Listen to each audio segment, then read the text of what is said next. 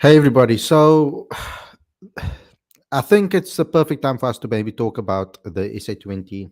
And now that the fixtures have been released, and we did a show on the SA20 fixtures that were released yesterday because it was a day after the Australia series squads were released. The SA20 fixtures were released, and it gave us an insight into what was going to take place with regards to the end of the tournament.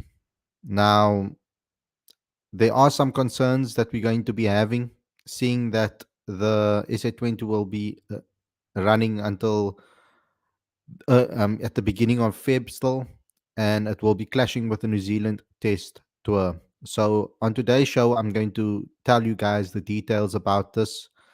I'm going to go in a little bit more depth than we did in previous shows. Before it was all speculation. The SA20 fixtures hadn't been released yet, but now it's been confirmed. So there is definitely something that we can speak about on today's show now that we know everything that has to do with us. So I think let's get into today's show and get into this discussion. I will read you two articles that will give you some insight into what is happening. One from Clickinfo and one from IOL AFP, to give you guys an indication of what is actually taking place and what the facts are about this particular situation. But before we get going, before we get started, there's a couple of things I please would like you guys to do. First and foremost, subscribe to Cricket Fanatics Magazine monthly. Every issue is 100% free, straight to your inbox every month. The link is on the screen right now, as well as in the description. I also would like you guys to please help us go and get closer to that 4K mark, because that's the next milestone for us on the channel. We are getting very close to it. I think we are like 50 away. So please help us get there as quick as you can. I really need your support on that. So share it with all your South African cricket fans that you know. Please subscribe and click notification bell for all future videos. I noticed by looking at the stats that 33% of you guys are not subscribed that are watching the videos. So majority of you guys are subscribed that are watching, which is a great percentage to have. But still 33% of you guys that are watching are not subscribed. So please subscribe to the channel. It will really help us moving forward. I also need you guys to please become a patron today to keep us going and to make sure that you can help us continue what we are doing here at Cricket Fanatics Magazine, so that we can continue these streams on a regular basis and the content that we are creating.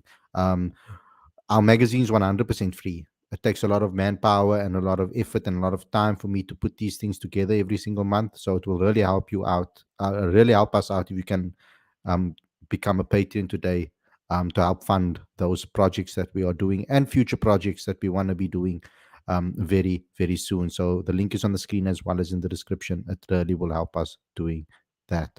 So without further ado, let's get straight into today's video. Looking forward to discussing this topic with you guys.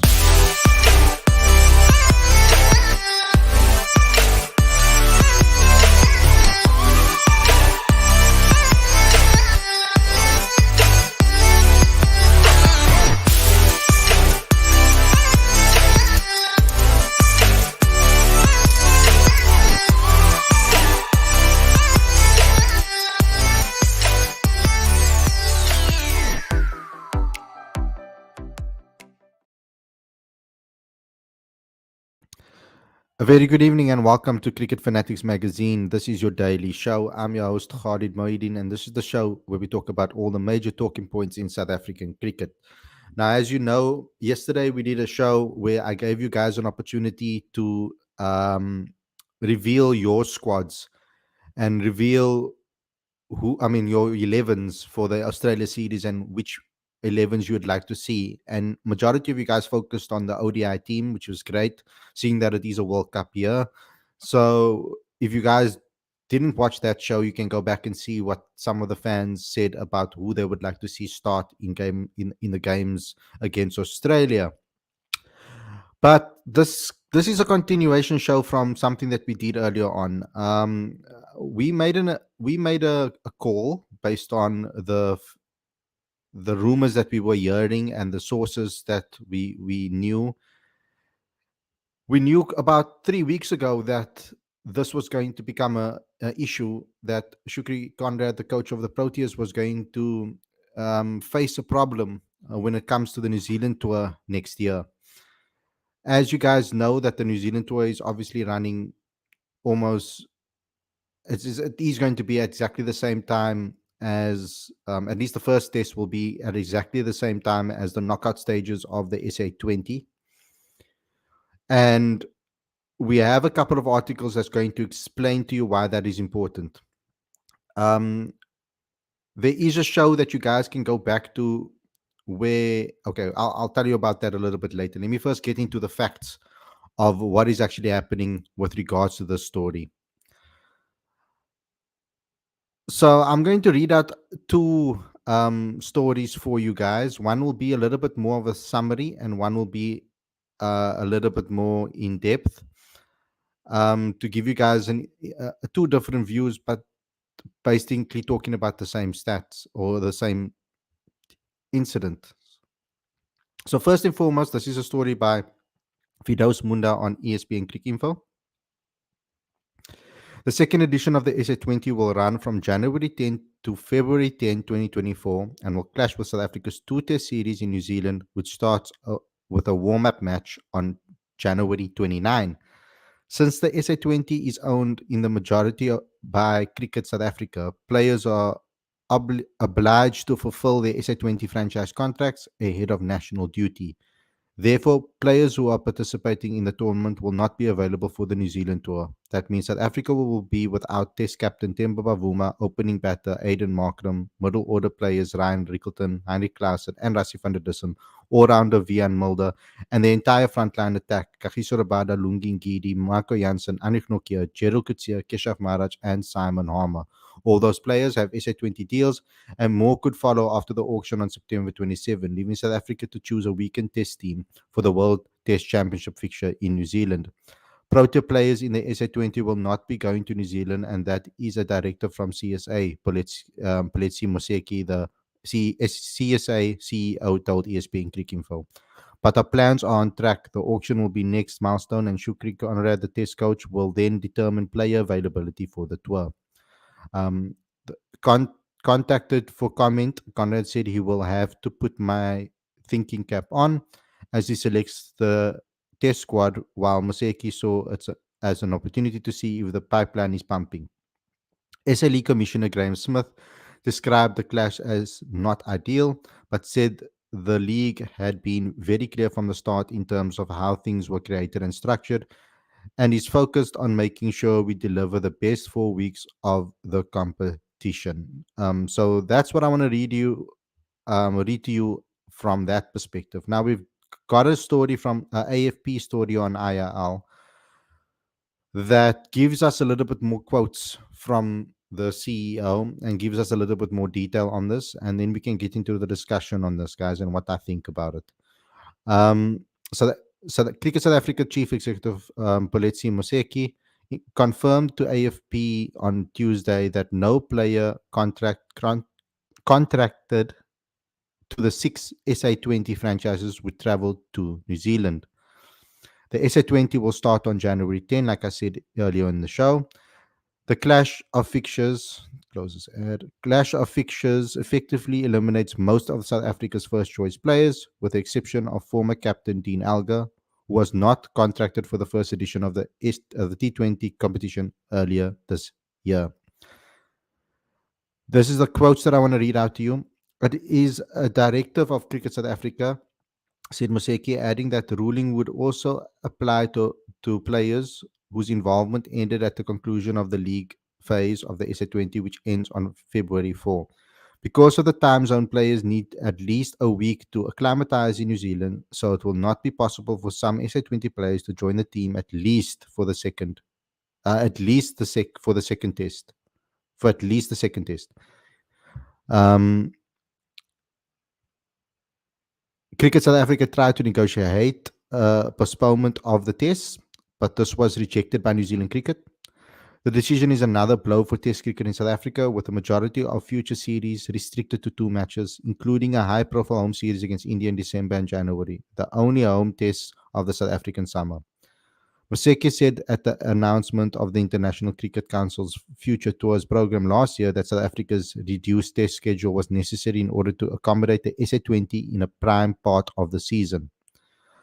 But Moletsi said he was confident that South Africa would send a competitive team to New Zealand. I have faith in our pipeline, he said.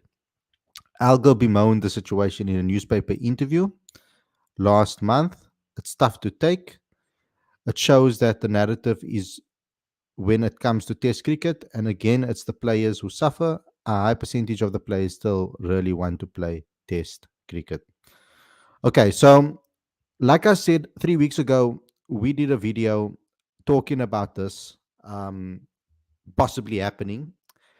And I want you guys to go back and actually watch that video because we put a lot of effort into going into detail to try and guess which players would be available and who could be possibly up for selection when it comes to the test arena from the 4 day series. We also looked at last year's auction and the players that were selected and tried to see how many of them are actually 4 day players, to see what options are available for Coach Shukri Conrad as we go ahead.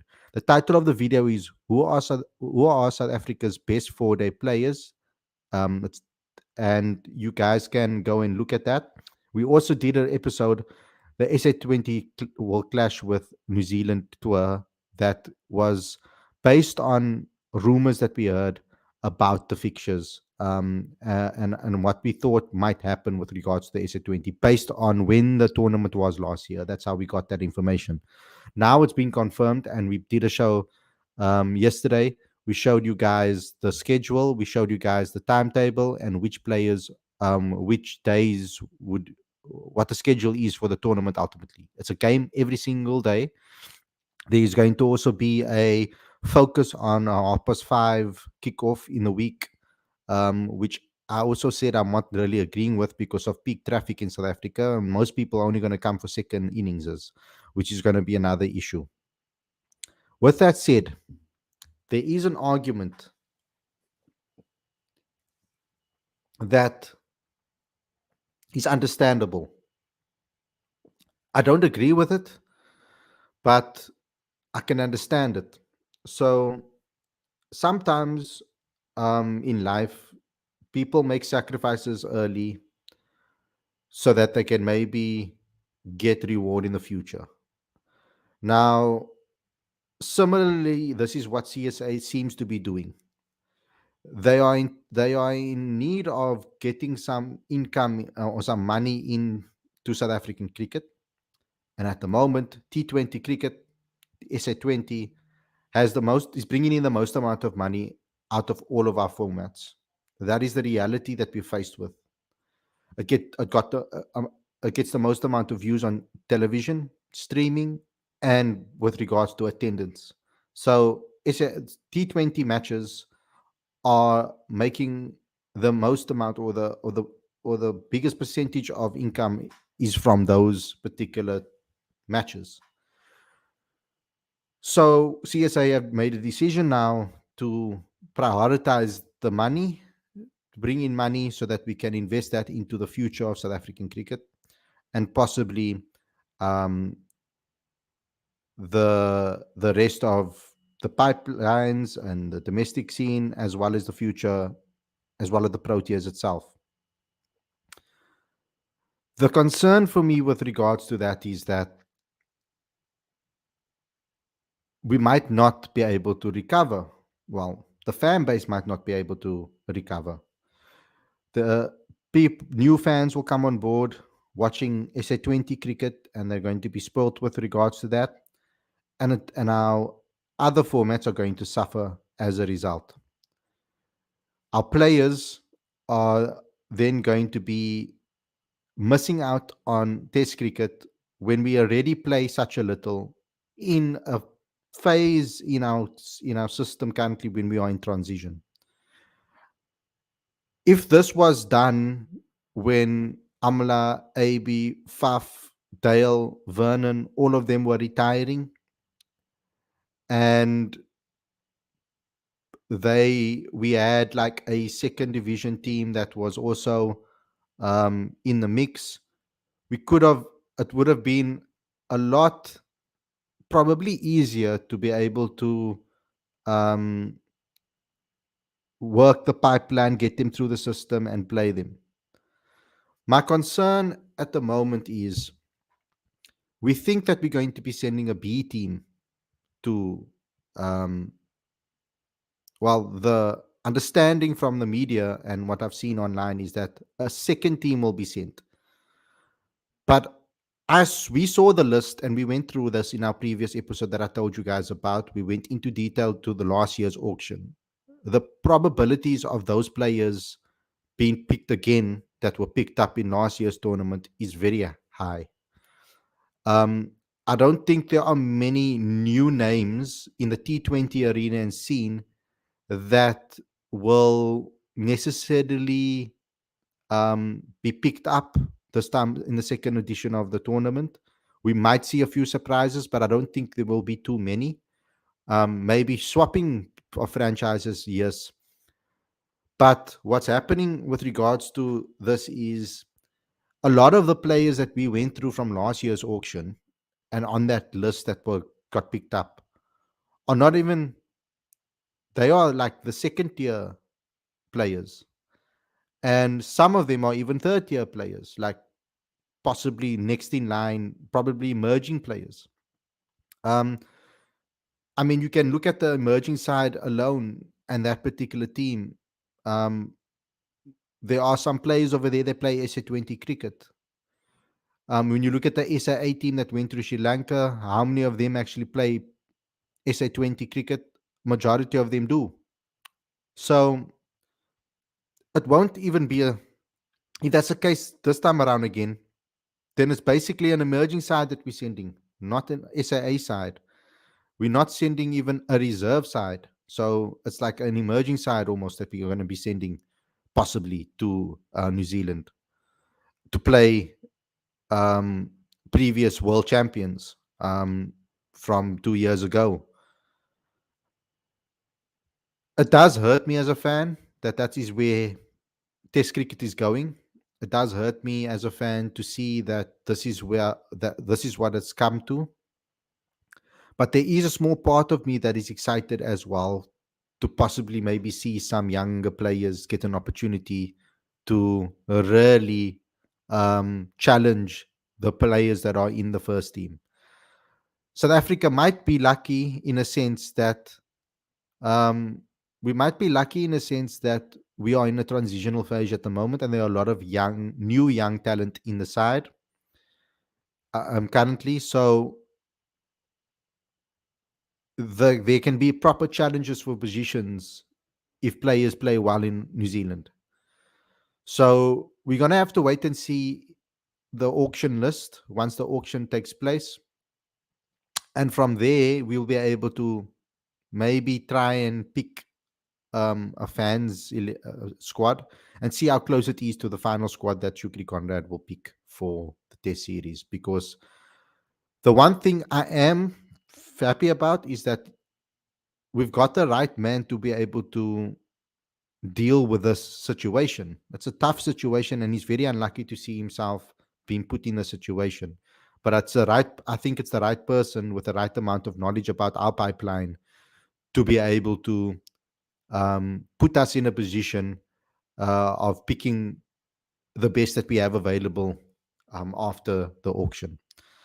I think that compared to previous coaches, I don't think there are many other coaches that um, national coaches that would have been able to have the insight into the mentalities of players that low down in the pipeline, more than with regards to Shukri Conrad. He's one of the most experienced coaches that we have with regards to different levels in South African cricket. He's seen every single level, and he's seen a lot of players, and not just worked with them technically, but also mentally and he knows them as human beings, which makes a big difference when you're going to be faced with a challenge as big as this. So let me get into the live chat and see what some of you guys have to say. Justin saying, I don't think there's a worry, man. It's not like our main players have been outstanding. This is a perfect time to deserving players like Peter Malan, Zubair Hamza, Joshua Richards, Clinton Steerman, and Dezozi. So that is true. That we can give players an opportunity. Possibly David Bedingham is in that mix as well. Um, so there could be a blessing in disguise there if if Zubair Hamza doesn't get picked up, for example. There could be a blessing in disguise over there that is someone that has already played Test cricket that will be part of the team with Dean Elgar as well. So that could be a possible good sign for us. Uh, so at least we'll have domestic cricket will be on its way. 4-day cricket, they will be getting a plenty of 4-day cricket under their belt, and we have the India series as well. But the problem with the India series is that majority of the players that will be playing in the India series won't be playing in that New Zealand test. So it's going to be a first test in New Zealand for a lot of new players. But it is, we must look at the positives and say that it's an opportunity. These players have an opportunity that they probably wouldn't have gotten right now to knock on the door, or possibly even break down the door for national selection. Hope the youngsters will a, make good use of the opportunity. Um, Aruna says it's time to unleash Teague Wiley. Tasharif says, as a die-hard fan of the Proteas, it's hurting, but hopefully our youngsters will make it use and make good use and problem will make it. I don't know what you said there, bro. Trying to figure that out. Just give me the bowling alternatives. I don't have any problem with the batting. So bowling alternatives is the trickiest one. We did do it, like I said, we did. I can't remember every single name that we went through on the previous show. Um, but all the pace bowlers that are quick, that bowl 150 plus, they'll all be a part of the SA20. We might see possibly if Bayes Swanepoel doesn't get picked up in the SA20, because he was 4-day player of the year. I haven't actually tracked his T20 record as closely as I've tracked him in 4-day and 1-day. So he could possibly be someone with a skillful bowler that can swing the ball both ways, someone that can come into the mix. Possibly he's went on the Sri Lanka tour and got some that type of high quality experience. We're gonna have to look for other fast bowlers that won't get picked up, and possibly you could say Clinton Steerman. Um, the, we have to look at maybe getting some of the more. I'm trying. I think maybe how experienced do we go? Um, if if and that's why I say we'll only know really when the auction happens to see who's available. It will be difficult for me to think of all the names right now and run through all of them. Like my brain is literally trying seeing a whole roster of names and trying to think which one of them are 4-day players. We did a show on this though, so go back and watch that show. I put the list on the screen as well to show you guys. Um, Justin says Alga, Peter Malan, Eddie Moore, Dezozi, Hamza, Rudy Second, Bayers, Steerman. Don't know why you're worried. This looks better than main team. um, Lawrence Bailey says my test captain will be the Tony Dezozi if he's available and not picked up in the auction. If we're going with a young team, we could just as well appoint a young captain. Fair, fair enough.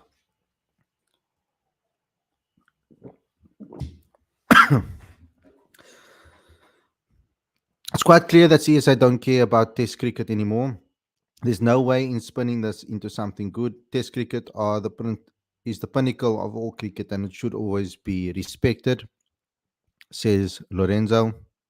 But we also have to also be realistic about the situation. and understand where we are with regards to our cricket in South Africa as well.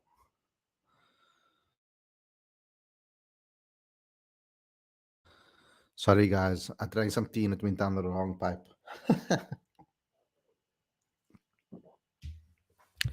um, Justin says Dean Alga will be captain. It's obvious. Test cricket is the best format, and I agree with you, Tasrif. South Africa will fumble their easiest opportunity to make WTC final, says Chatil. Tashrif says, I will go with Dean Alga as to be the captain. Lorenzo said, with that being said, we won't even send our second string players as most of them also play in the SA20. Realistically, we send an emerging side to New Zealand, which, in my opinion, is not on, just forfeit the tour.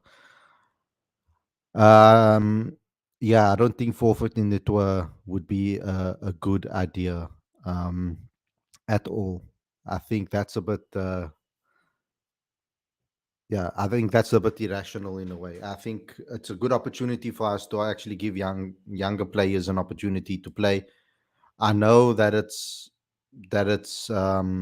not ideal that we won't have our best players, but it will give it's a proper learning opportunity for some of our fringe players that can't get into the SAA side possibly um, to and that to have a go and show what the coach what they're capable of.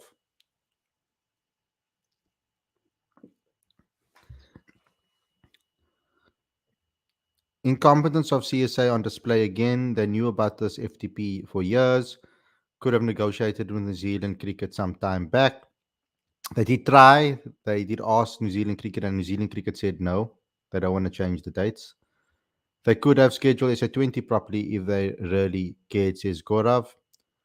Um, the players will get blamed for board's incompetency again.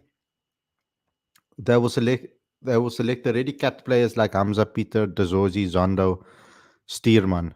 Um, they will probably go and look at players that have already been capped before, first and foremost, before they obviously go give other players a chance. So it's going to be very interesting,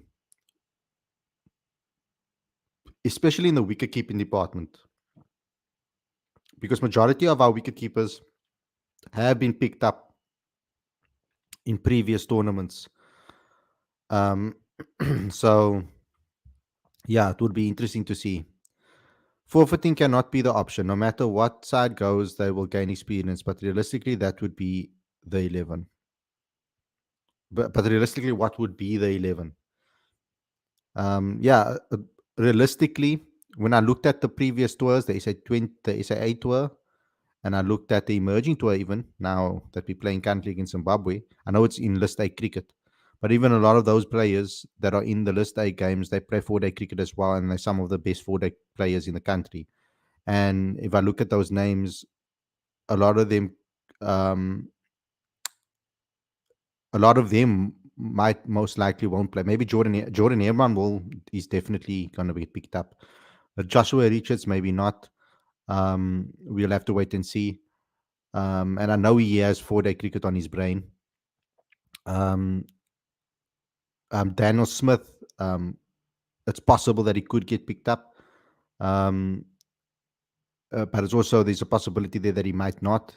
John O'Bird, the same thing, is another player maybe that didn't get selected in the emerging side, but he's another player that has had an opportunity that didn't really get an opportunity to really show what he's capable of in the 4-day domestic arena because of all the injuries he's picked up.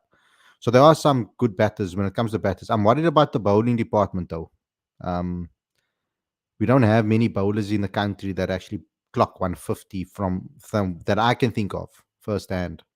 There might be some hidden gems that I don't know about.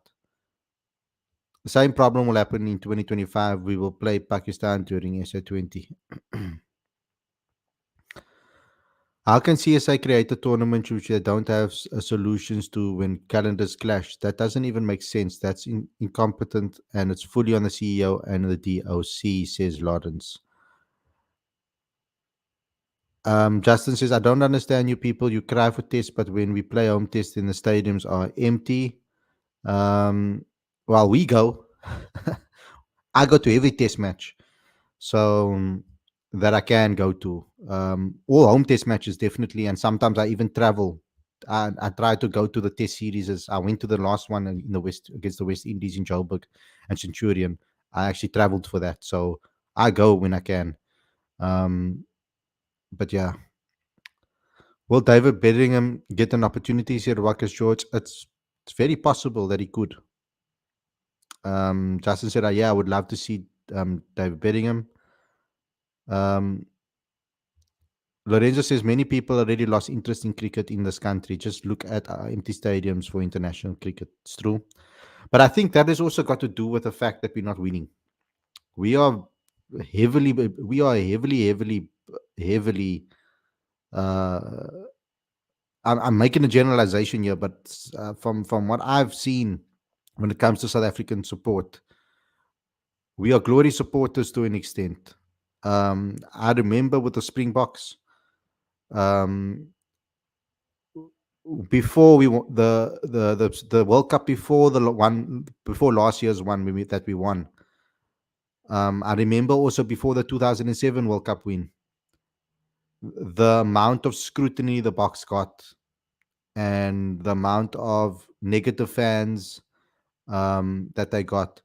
And then we won that World Cup, and then we went on a bit of a lean run. 2011, we didn't do well. 2015 wasn't that great. Um, and then we won the next one.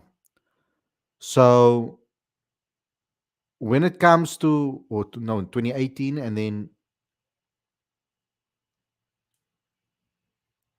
no, we won the one after that, isn't it? Oh, yeah, I can't remember now. Yeah, I think we won the 2018 one. Yeah, we won the 2018 one.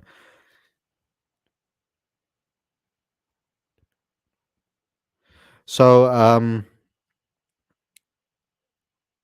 I remember that period in like 2008, 2009, 2010, 2011. That period,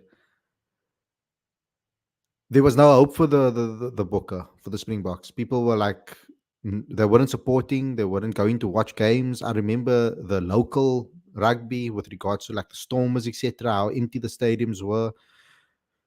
Um, and then we started build we started building momentum again and becoming a decent team again, and then people started supporting them crazily, and then we won the World Cup, and now everybody's rugby mad again. So there were periods in rugby too where the stadiums were empty. I think football is the only sport that will get a lot of support. Bafana, for example, will still get a lot of support in full stadiums, regardless of how well we do. But the Proteas, I think it's directly related with how well they're doing or how well they were doing, and the lack of wins in World Cups. I think it's just been too much heartache for South Africans, and I think that we don't want to support a losing team when they are down. We want to support a team that's winning. That's just what I've picked up from support, from looking across social media and seeing support in the stadiums, etc. T20s and ODI still packed, says Justin. We already play a few tests and we don't let them play tests. How will they get experience, says Gaurav? It's like West Indies fielding depleted 11s back in 2009 because of the problem with the board. They fielded third string team for the Champions Trophy that year. Harlow will basically be an emerging side, not even a B team, as the B team players will also play. I said that at the top of the show. Um, I definitely said that at the top of the show. Gaurav, why you cry for guys who average 30s? He's just become of their names. Lorenzo don't know what emerging is. It does hurt New Zealand too. They don't play a lot of tests due to money issues too. And two of the four they play next year will be versus an emerging depleted side, says Chatil. Lawrence says the likes of Hamza, Tony Rizorzi, Steerman, Olivier, Yanaman Malan, Bedingham, Sipamla, all with international experience, but could all get a boat in the auction. Feel for Coach Shooks as he doesn't deserve this. Waka says Shooks will find a way. The names you listed, some of them will be bought in the auction, says Justin. Um, Lawrence says to Justin. Lawrence, bro, they won't buy Hamza, Peter Malan, Dean Alger, Kyle Zondo, Bedingham, Eddie Moore. It's I agree with you there, actually, because they didn't get picked up last year. At least I have standards for how I want SA cricket to be. I grew up watching Carlos Smith, Gibbs, Klusner, Pollock, and we all grew up watching them, though. Now we have this mess, but we all grew up watching these players, and teams go through cycles. We lost a lot of players in a short period of time because of a lack of planning over a period of time. Now we can't keep on being angry with previous mistakes. We have to make mistakes now to try and look towards the future. What are we doing now to try and improve it is what we have to do. We can't blame the current setup for mistakes of the past. We have to make decisions now based on what cards we've been dealt. So this is something that needs to take place. Then the cards that they've been dealt now, they need to work with and they need to play with. So at the end of the day, we're going to have to make the best decision that we can with the current situation that we are in. Armin says potential 8 players will make their debut in the first test against New Zealand. Is that a joke? Is this a joke?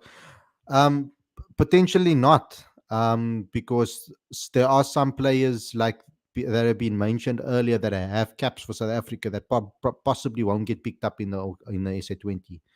Like for example, Dean Alga, Peter Malan, Zubair Hamza, um, possibly Lutus Pamla as well. I don't think he got picked up last year.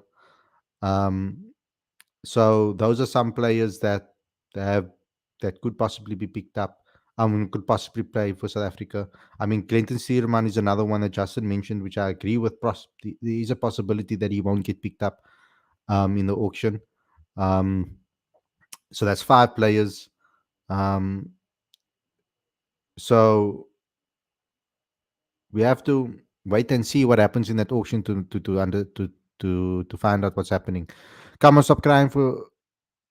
Don't act like Peter Malan has been underrated and deserves his chance. Same with Hamza, David Bedingham, Joshua Richards, Eddie Moore, Rudy second. Yeah, I agree.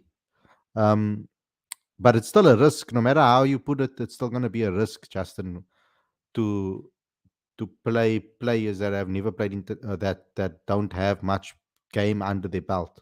You know. Lawrence says, Justin, I can see teams bidding for Hamza and Bedingham, to be honest, but yeah, won't have our best players. Excited to see the youngsters, though. Khalid Pavlon was released by Pretoria Capital, so let's see if he gets picked up. If not, then he should be on the plane. Yeah, so we're going to have to wait and see for the look at the auction, and then we can make decision from there. And I know that's maybe a cop out from me because I'm not necessarily saying what's going to happen, but we kind of have to wait for the auction and then see who's left from there and then make a decision. Um, this will happen every year with SA20, mark my words. This is going to be a regular thing from now. Kelly says the mini auction has too few places for everybody to be snapped up. Um, I'm more excited for the SA20. Josh Richards, Neil Brandt, Hamza van Tonde, Pieter Malan, Ruan de Swart, Jason Smith, Alga, KP. We have a good replacements. We are going to win. Siskani. Is Luther signed? Bayers? I haven't seen that they are. Let's go look. Let's see what the teams are. The preliminary sides are so far. I think we put out a story on this. Um, where is it? SA20 fixtures, protest squad for Australia, SA preliminary squads ahead of auction. So let's eliminate the ones that we can't pick. Might as well do that together as a family here. Um, cool. Okay. Okay, cool. Here we go. Durban Super Giants. So Sabrayan, not an option. Quentin the Cock, obviously, we know we can't call him back. Dwayne Pretoria is not even, okay, obviously not. Kesha Maraj, obviously, we know that. Okay, Carl Abbott, um, Heinrich Klaassen, Vian Mulder, John Smuts, Matthew Brietzky, Junior Dala. So, actually, Kelly's right. Um, with the players that have already been picked up, um, and the total that are available that will be picked up in the auction. So let's look at this. Gerald Coetzee not available. Duplessis, yeah, not like he would want to be available. Yeah, Risa Hendricks not available. Lazar Williams, Nandre Berger won't be available. Donovan Ferreira not. Sibinella Macania not. Carl Simmons not. And then, okay, wait a minute, maybe not Kelly. To because over here, for example, we've got 1, 2, 3, 4, 5, 6 players. Oh, that's a rookie draft pick, but 1, 2, 3, 4, 5. And if you look at the rookie draft picks as well, the youngsters that we would probably be playing 4-day cricket will get picked up as a rookie. So there is already 5, 6, 7, 8 players already. Deva Brevis, Kagiso Rabada, yeah, Rassi van der Dussen, Delano Potgieter, Ryan Rickleton, George Linder, could have made a comeback in Test cricket. Björn Hendricks, Dwayne Jansen picked up. Grant Rulofsson as well, top player. And then here's 1, 2, 3, 4 players that they must still pick in the auction.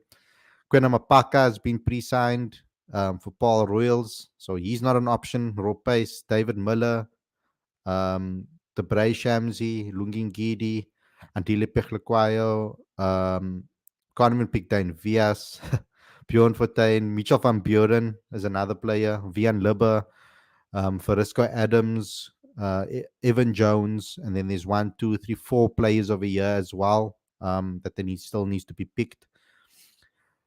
Michael Pretorius, Andrich Nokia, Riley Rousseau, Colin Ingram. Okay, they're not. Shinran Mutasami, picked up already. So we don't have a spinner. Wayne Parnell, is the brain. Um, Ethan Bosch, that you guys like a lot. Corbin Bosch.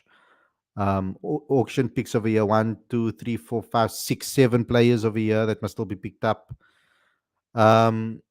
Then over here, Othniel Bartman could have been an option, been picked up already. Aiden Markram,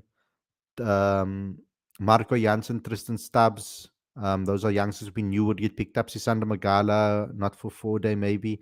Simon Armour, we won't have him available. Temba Bavuma has been already retained.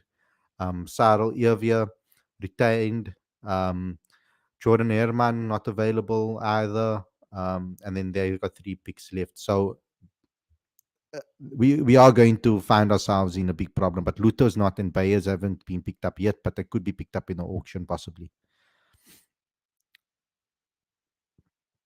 So that's just to give you guys the names that I've already said. Um,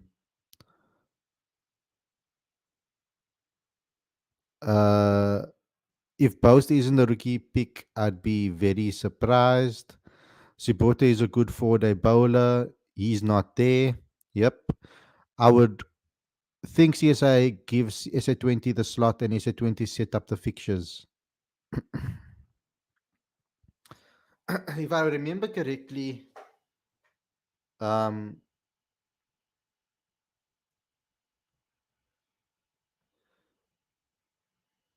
for the first SA20, they made a decision, and I think it was a good decision because we weren't playing, it wasn't clashing with any fixtures. But I thought that it would be possible to maybe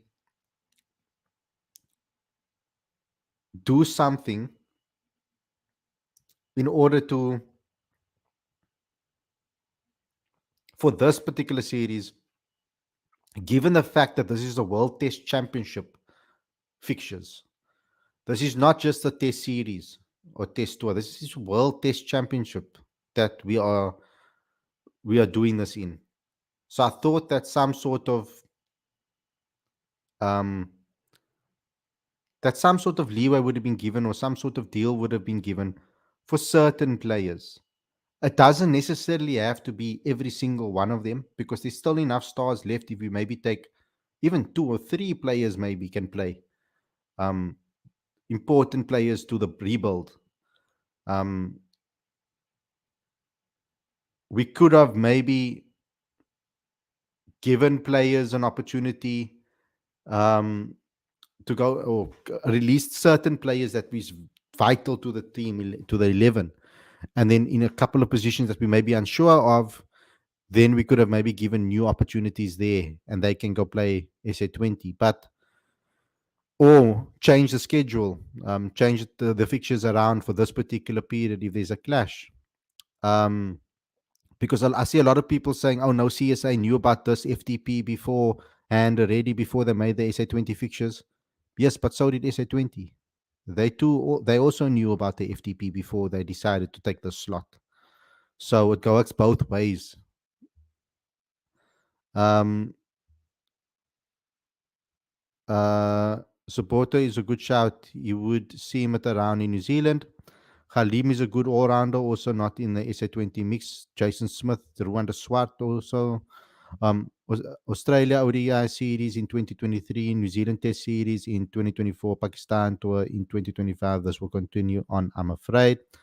I'm of the same opinion. No point in selecting emerging players when they're not even going to play in the next series when all our players are available. In fact, some of them will never play for SA again. We don't know that too. What if they do perform well? Then we'll be maybe talking about them as possible selection. Remember that our first team, our first test team, is also in transition. There are places up for grabs. So if someone performs over here and impresses Coach Shukri, we could see them get an opportunity in the test arena in the main side. Lawrence release Eavia. He won't get a lot of game time for SEC. Would love to see him get a go again. Nafat made 100 the last time he was in New Zealand too. You see, now I hope that there can be some sort of deal made with the franchises for some of the bench players that are not going to play a lot of games, that have been picked up or retained, that are probably not going to get a lot of game time. They could make, like for example, Kyle Verreina might not get a lot of game time. It's possible that he won't, if he gets picked up in the auction. He wasn't retained, I don't think. I didn't see his name over here. Um, so yeah, so for example, if he gets picked up in the auction and he doesn't get a lot of game time, we could release him maybe and give him an opportunity to go play in Australia. I mean, in New Zealand. That could also be a possibility. Kelly saying Eddie Moore, Zubair Ramza, and Kesh, RVT as well with the bat. And that's why I say this domestic 4-day competition is very important for these players. They will have to really put on great performances and put up their hands for that series now, for that tour.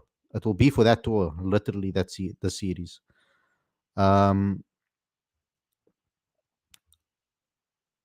Lawrence asks, okay, that's asking Kelly, not me.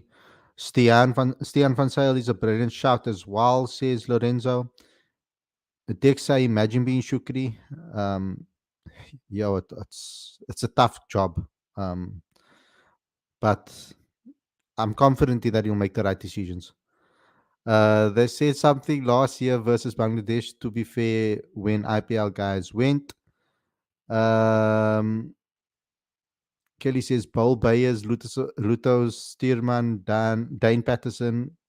I don't think of Dane Patterson actually. Ronaldo Meyer, Moreki, Aishel Kluti, Van Heerden, and Mudemakwane, Mapungwana as well. Okay, those are some good shouts. Um, Problem is that the owners of these franchises are independent from CSA. CSA can't force their hand like CSA that like CA can do with PBL since it's owned by exactly my point. Um, they have a lot more power than I think we realize. Even though CSA have a big stake in this tournament. Um, Rudy is good call for experience, but I wouldn't mind Cash. Okay, Lawrence. Khalid, we need to speak about that dicey 1-0 against Wolves. First game of the season, bro. First game of the season. Oh, that was a red card in rugby. Eh? Um, straight red in rugby. But it's not rugby. You know, eh? I know we're moving off topic now because I think I've basically covered everything. Um, but I had a different. I mean, at first when I saw it, the clash, I said, "Red card. Oh no, we in trouble." Then I saw that it wasn't given by the referee. Then I got a little bit worried because I saw him walking over, but he was walking over to the manager to give him a red card. Card. I mean, to give him a yellow card. I thought he's walking to the screen. Then when I saw the replays afterwards, and I listened to the analysis from Voldemort, I was like, I was thinking, if it wasn't given on field and they obviously with the new rules that are coming into place now, right? I thought it was a penalty. Let me just put that out there first. But with the new rules, they want obviously the referees to make the decisions on field. Um, when he jumped in, but the ball had already was already out of reach for anybody. It's not like he impeded the person from getting the ball. But it was a terrible clash. Should have been a penalty. We got away with murder in that match. We played terribly. Wolves completely stopped us from playing between the lines, and it was a terrible, horrible 1-0 win. We always struggle against Wolves. I think we've had 1-0 in the last 5 games. In the last 5, 6 games, it's all ended in 1-0, apart from 1-2-0. So we've always struggled against them. It was a terrible start to the season, and I'm nervous for Saturday. So I'm hoping that we can turn things around and maybe get another signing in or something. Let's go back to cricket again. CSI did forfeit a series just last year, so we shouldn't act like they didn't do these kind of stuff before. I wouldn't want to forfeit a series, bro. That's out of the question for me. Which squad is looking more strong, Australia or South Africa? Um, Probably Australia. I don't know if they has signed for SA20. I didn't see it on the list over here. I don't remember reading it out. So I don't think he has been. Um, you guys talking about Onana and United? I'm playing a certain UEFA Super Cup tonight. Oh, flip, is that tonight? I actually want to watch that. That's going to be an interesting game. I don't think I even mentioned Olivier yet. Yeah, someone mentioned Olivier earlier on. Um, so that's another option, definitely. Um, Luckily, I have Kelly laugh out loud for sure. Dwan is a shoe in. Okay, guys. Yeah. So I want you guys to go also and watch that previous show that we did, where we spoke. We did a whole show basically looking at our best 4-day cricketers from last season to try and guess which ones were not going to get picked up in the auction, and then try to pick our best 4-day players. We did that show about 3 weeks ago. So please go and find it and go watch it because it will give you some extra detail and insight into this particular thing. Where we showed names on the screen and we went through the whole list of 4-day players right through. So that's it for the show today, guys. After the auction, of course, we will do another show to try and speak about who the options are for Coach Shukri before he actually releases his squad for the for the New Zealand tour, which will be far away. You'll also have a 4-day campaign to. You'll be able to see these players play in the 4-day campaign before the tour happens. So at least he has that um, to make his job a little bit easier. But guys, thanks a lot for tuning in. I hope you guys enjoyed this episode. Don't forget to subscribe to the magazine. It's 100% free, straight to your inbox every month. The link is on the screen as well as in the description. I'd also like you guys to please subscribe to the channel. Click that notification bell. We're on the road to 4,000 subscribers. We need about 50 odd subscribers to get to that particular. Um, we need to get to about 50 odd subscribers to get to that 4,000 mark. So please go and share it with everybody as far and as wide as possible so that we can hit that 4K mark. It's our next milestone. So please help us out there. And also, if you want to help out the channel and make sure that we can continue doing what we are doing here and more, then please become a patron today. Link is on the screen as well as in the description. And don't forget to smash that like button so that we can get into recommended feeds. Thanks a lot, everybody, for watching. I hope you guys enjoyed this episode, and I'll see you guys again tomorrow with another daily show. Stay safe and enjoy the rest of your evening. Peace out.